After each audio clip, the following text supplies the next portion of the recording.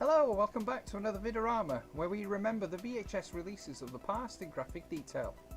My name is Adwan Jones, and today I will be painting a tribute to the supernatural chiller, the Changeling from 1980. Are you sitting comfortably? Then we'll begin. The colours used for this painting were Mars Black, Titanium White and Cobalt Blue. If you're new to this series, I will just briefly explain. Having watched the movie, I make notes and draw a rough sketch, which is then photocopied onto A3 card before moving on to this process.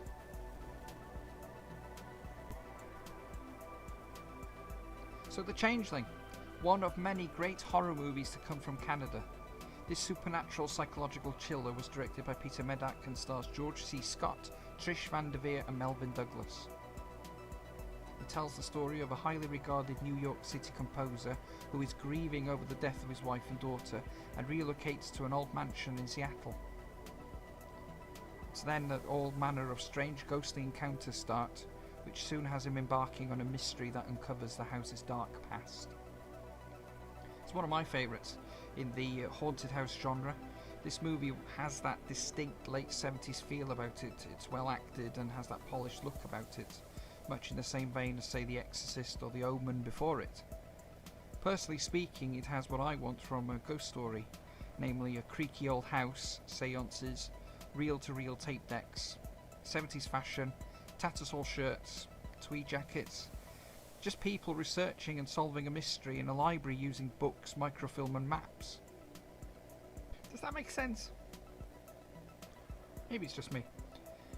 As you can see, I'm working on the wheelchair here. The chair features a lot in the movie and its subsequent promotional material, so it just seemed wrong to not include it in this piece.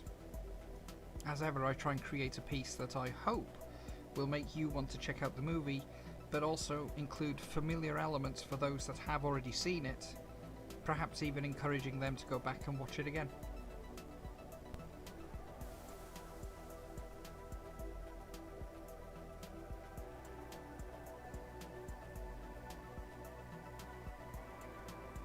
As I said, the movie was directed by Peter Medak, a director of movies and television. He's still working in television and directed episodes of Hannibal and Breaking Bad. He was actually the third director to join this production, as the previous two had withdrawn due to creative differences.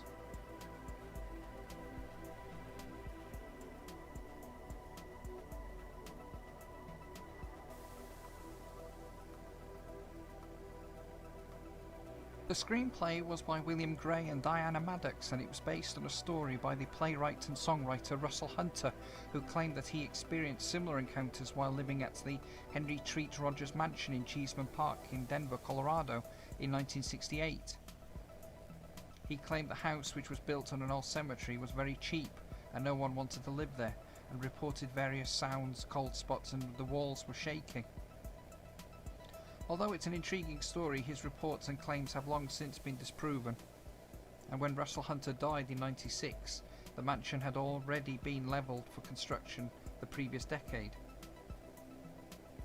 This house, however, wasn't real, and it was just a facade at the Panorama Studios in Vancouver. Although set in Seattle, only establishing shots were filmed there. Most of the scenes were actually filmed in Vancouver and Victoria.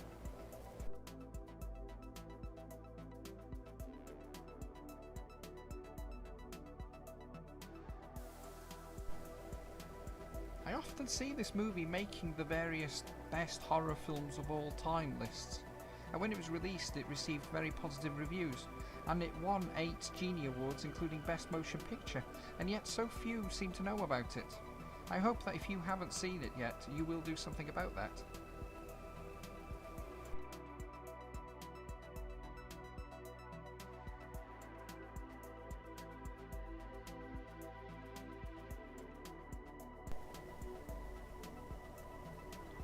At the start I mentioned this movie's impressive cast, but I feel that if I don't mention it, my fellow Doctor Who fans might disown me.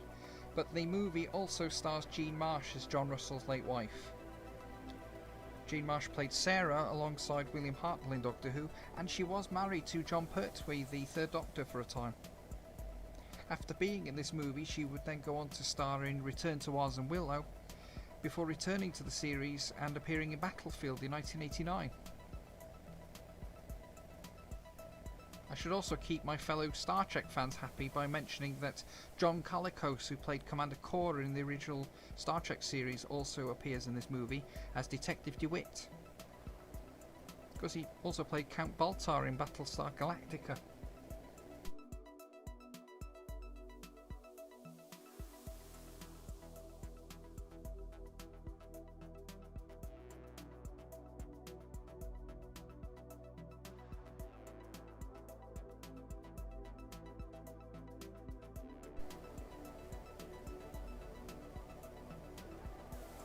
I'm now working on perhaps the scene that everyone remembers, the infamous ball bouncing down the stairs scene. I'm always aware that it might be someone's first time here with us, so I'll just explain that this series explores mostly horror movies, cult or otherwise, that we would have rented from the video shop back in the day. I try to feature all genres, and for all my pieces I work in acrylic paint and pens.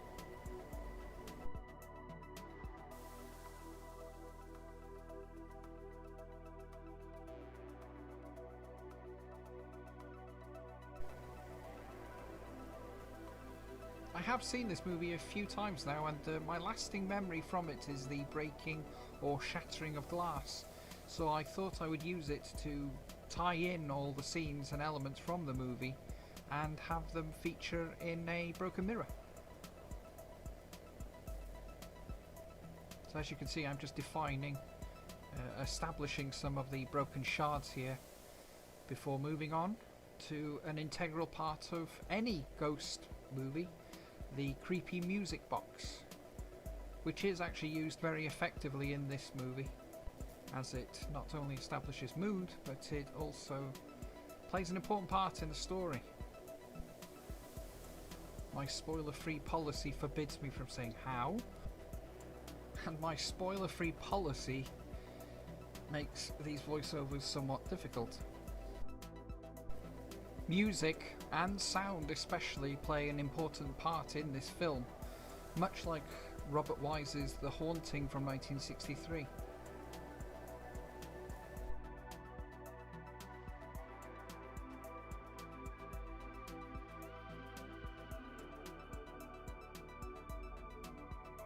I should mention that this is actually the second time I have painted the Changeling on this channel. It can also be found in my last drive-in with Joe Bob Briggs tribute. This movie featured in its season 1 lineup. Keeping to the Joe Bob theme, I am delighted to say that this very painting features in issue 7 of the Joe Bob Briggs Fanzine. A great publication, well worth your time. Link in the description. Go and order your copy today. Tell them Arbon sent you.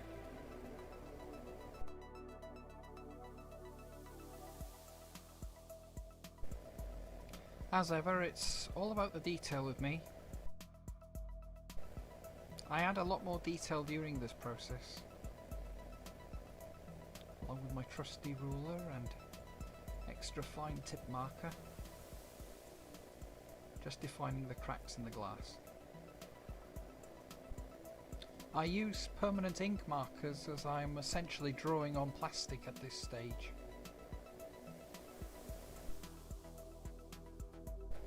I think it's important to have a reference when drawing broken glass. It has a particular look and a particular pattern to it.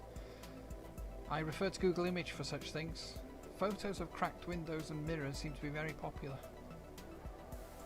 I didn't follow every single line though, I just used it as a rough guide.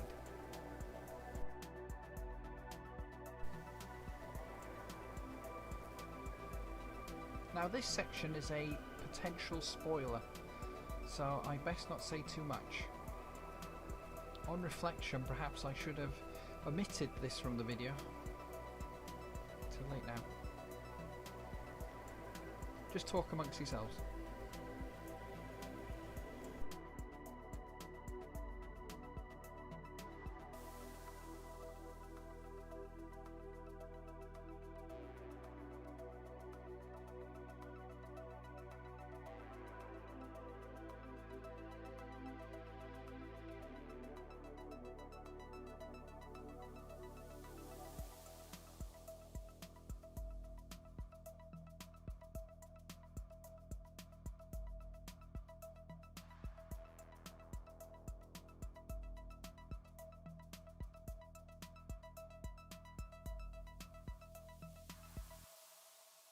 Okay, moving on to the man who carried the entire movie, George C. Scott, who played the grieving composer John Russell in the movie.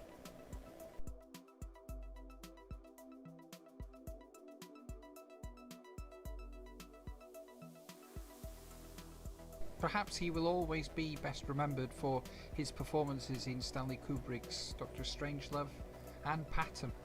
Patton earned him an Academy Award for Best Actor in 1970, which he refused, making him the first actor to ever do so.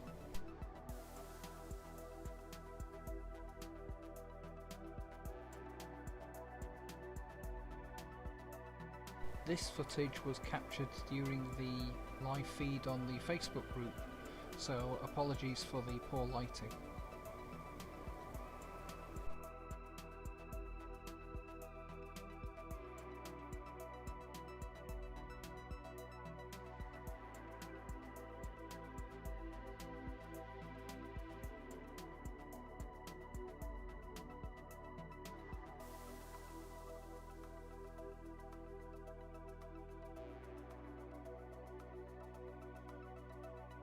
A little before and after shot there, I was showing the original sketch I drew of George C. Scott before it was enlarged on the photocopier for this piece.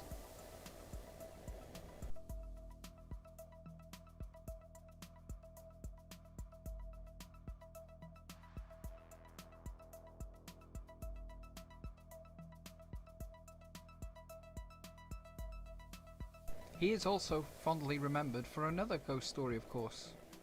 A Christmas Carol from 1984, where he played Scrooge. Many regard that to be the definitive adaptation of the Charles Dickens classic. For its worth, I rank him up there along with Alistair Sim and Michael Caine.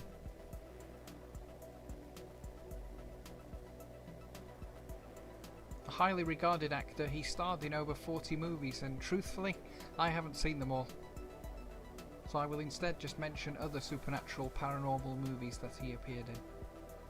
There was Firestarter with Drew Barrymore in 1984 and The Exorcist 3 in 1990.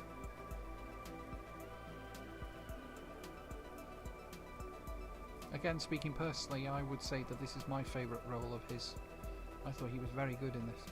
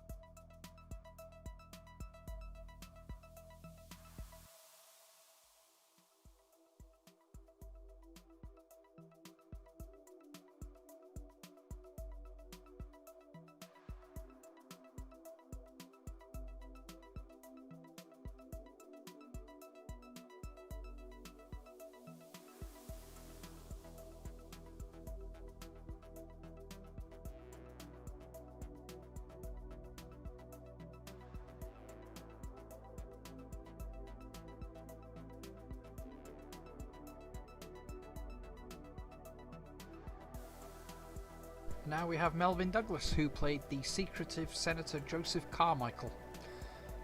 Melvyn Douglas had a long career in Hollywood, which started in the early 30s. Interestingly, with another creepy house, and an iconic one at that. He starred in James Whale's The Old Dark House from 1932, which also starred Boris Karloff and Charles Laughton.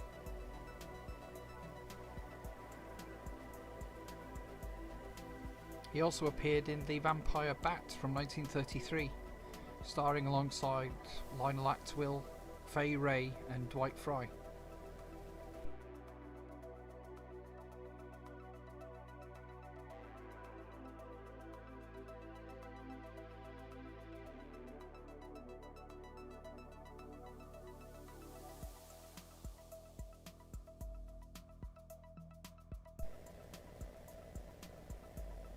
The Changeling wouldn't be his last horror movie though, as he went on to feature in another supernatural film, Ghost Story, starring Fred Astaire in 1981.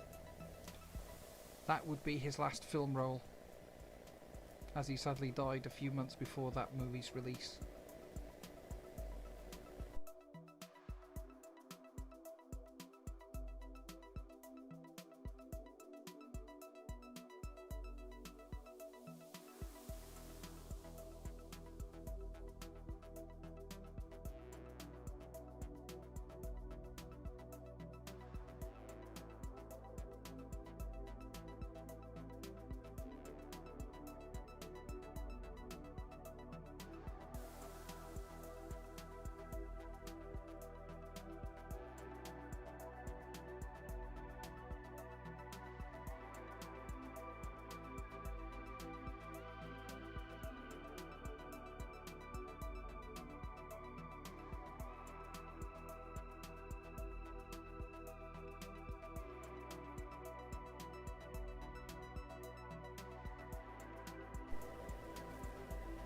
And here we have Trish Van Devere as Claire Norman, the agent representing the local historical society. Trish Van Devere won the Genie Award for Best Performance by a Foreign Actress for this movie, and she has a great many television credits to her name. I remember her fondly from Columbo. She was of course married to George C. Scott at the time of filming this movie, and had been his fifth wife since 1972. In fact, she remained so until his death in 1999.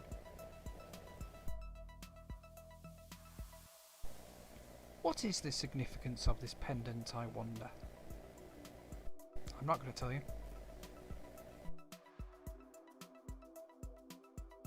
Well, we're almost there, at the end, just adding some last minute minor details before I move on and add my signature and the tracking lines. In fact, as I do that, I would like to thank you for joining me today. I hope you've enjoyed this video, that it entertained you, perhaps even inspired you in some way, or at the very least encouraged you to go and watch The Changeling. If I achieved any of those things, let me know in the comments below, or just give the video a thumbs up. If you enjoyed this video and you wish it didn't have to end, worry not, I have many other videos you can check out, with many more on the way. So subscribe and ring that all-important bell to be notified when that happens. Until then, please stay safe and don't forget to be kind, like and subscribe.